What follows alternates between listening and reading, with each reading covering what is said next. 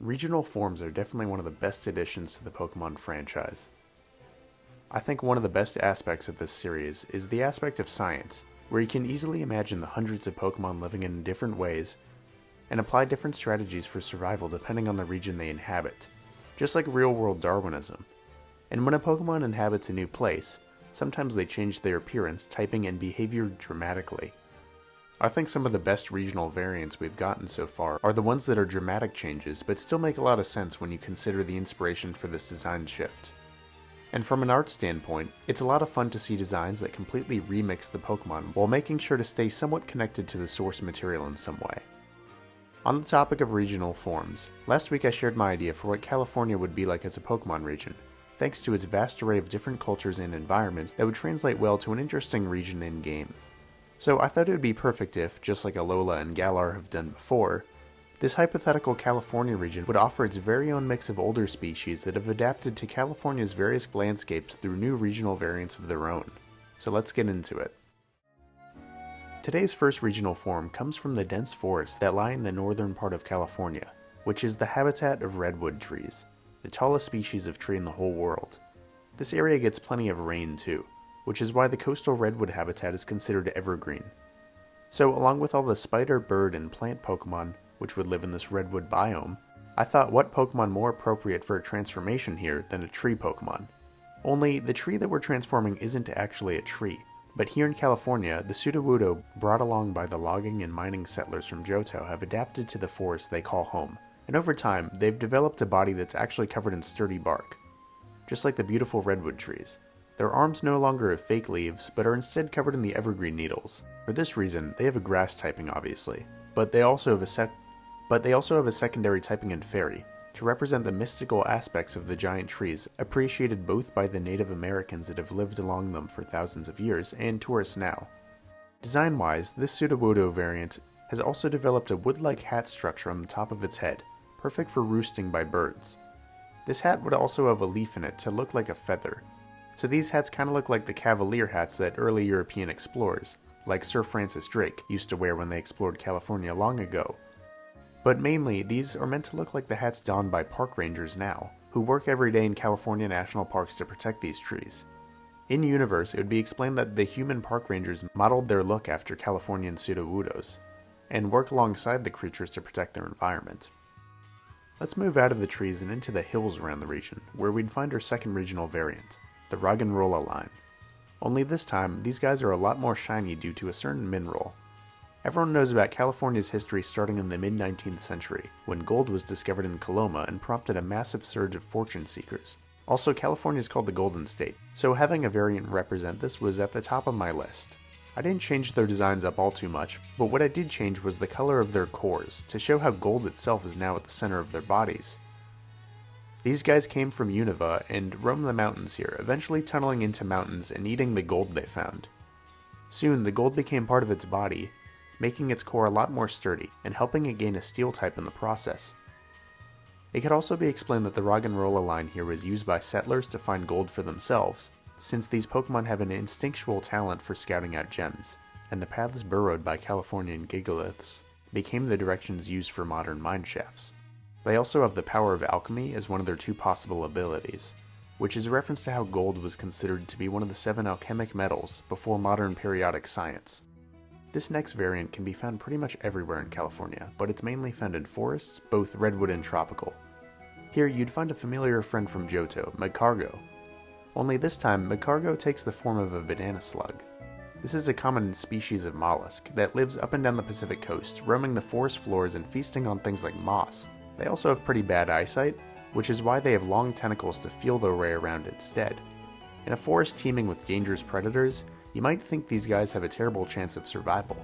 But their yellow surface and a sticky mucus would actually tell you one thing, that you don't want to eat them, because they're pretty poisonous. So for Californian Macargo, I actually forewent the poison typing in favor of a more unique grass rock typing. In California, these slow-moving Pokemon ditched the magma in their bellies and instead ate the nutrient-rich soil all around California for energy, where their bodies cooled off, and the rock on its back now gathers moss, with unique moss patterns for each member of the species.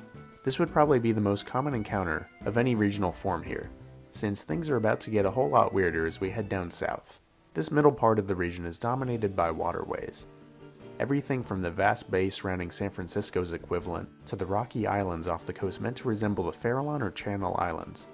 One thing you could be sure to find a whole lot of in the Pacific Ocean is kelp, which is why I want to introduce the Californian skelp line.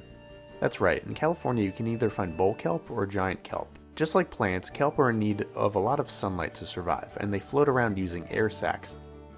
They also grow very rapidly, and they can reach massive sizes, essentially creating underwater forests that you can only see while diving. So in this region, the forests are actually made of skelp and dreg algae, who enjoy the nutrient-rich waters, ditching the poison typing in favor of a grass-water one.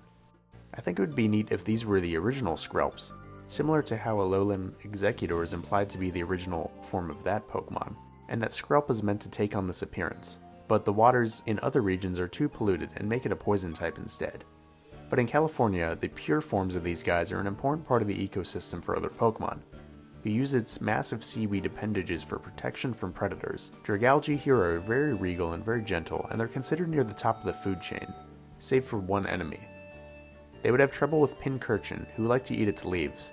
This is similar to how kelp is threatened by urchins in real life, and they have no natural defense against the sea creature, and how kelp has to rely on things like otters to eat urchins. This would give California Dragalge a cool natural rival. Competitively, these guys might be a tougher sell because losing the dragon typing and replacing it with water and grass might not be the best idea, but I think a cool redesign and a great moveset would more than make up for that. Let's head down the coast to this region's Los Angeles, where you'd find our most fearsome regional variant. Behold Californian Aerodactyl, the first ever regional variant of a fossil Pokemon, and definitely an abomination of nature. There's a lot to explain here, but essentially this take on Aerodactyl is inspired by the La Brea tar pits.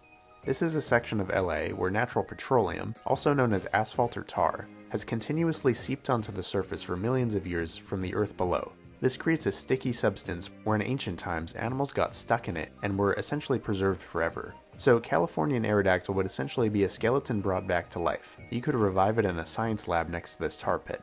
Perhaps like an early effort to resurrect fossil Pokemon before Kanto's Cinnabar lab developed and standardized their more reliable technology. So this Aerodactyl is only half revived. And it's a ghost type due to it being haunted by the disturbed spirit of its ancestors. And it's part poison type due to the fact that tar is still stuck to its body and was unable to be removed during the revival process. So this is essentially a prototype fossil Pokemon, and it was definitely a mistake. This could be done in-game through a corrupted version of the Aerodactyl Amber, and also could be found roaming around places like deserts and wastelands as a very rare encounter. The accidental glitch-like nature of this Pokemon is also a reference to Generation 1 Missing No, which could be seen as an Aerodactyl sprite if the glitch was performed in a certain way. Along with a nice nod to its home generation, Californian Aerodactyl is also a cool cultural nod to the fact that tar has been discovered in other places around LA, and was partially responsible for the town's development, and is still vital to the economy in the form of liquid oil. Last but not least, we have one final regional form to discover today. Here's Californian Scraggy, who's now pink and black and is a pure fairy type.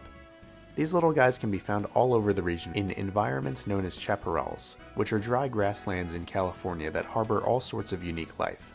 This version of Scraggy would sport a smooth candy-like hide similar to their source animal, the western banded gecko, which is a cute reptile with distinct black, pink, and white patterns on a rubbery body. However, what's more interesting about Californian Scraggy is that this design is purposely left a little simple due to the fact that it can evolve into two very distinct evolutions, Californian Scrafty's hippie form and Californian Scrafty's greaser form, both based on two very separate sides of West Coast youth culture. Let's look at the hippie form first, which is a dual fairy and psychic type, based on none other than hippies. These were a group of young people that hung around the San Francisco Bay Area in the 1960s.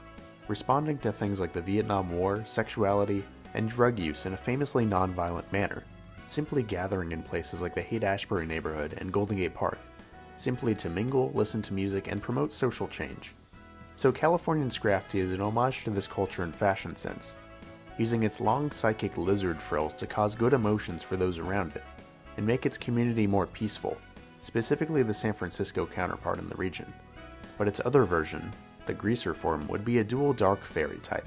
This would be found further south around the Los Angeles equivalent. This one has a rougher appearance, with sharp frills meant to look like the pompadour hairstyle of 1950s greasers, who in real life would hang out in cities and drive hot rods or motorcycles. They've famously been portrayed in media like John Travolta in Grease or James Dean in Rebel Without a Cause, and always have a tough guy demeanor. So the greaser form would be a lot meaner than its counterpart, and sport a hide similar to a leather jacket and black jeans, which greasers used to wear. It also has a sharp tail like a knife, meant to represent the switchblade sported by the toughest of greasers. I think that you could decide which Scrafty to get based on evolving in the daytime or the nighttime, and the two forms would be a reference to how California is one region, but it has two major cities that historically have hosted very separate sides of youth culture, and very different fashion styles. Speaking of fashion, I find it interesting how Scrafty's design gimmick is wearing a hoodie-like shedded skin. So the Scrafties here would have shedded skin in different fashion styles, each one wearing something that in real life is made of animal skin in the form of leather, either the hippie fringe jacket or the greaser biker jacket. So those are a few regional forms that I'd propose for a California region, based on not only the environment these Pokemon inhabit, but the cultural aspects of these cities and the rich history they all have. So it's a ton of fun to speculate how each and every Pokemon might adapt to a new climate, and there are literally endless possibilities for thought. So if you have a design that I haven't discussed today, let me know in the comments below, and I'll continue this series in the future with regional forms based on other parts of the world. Thanks for watching, and I'll see you next time for more content.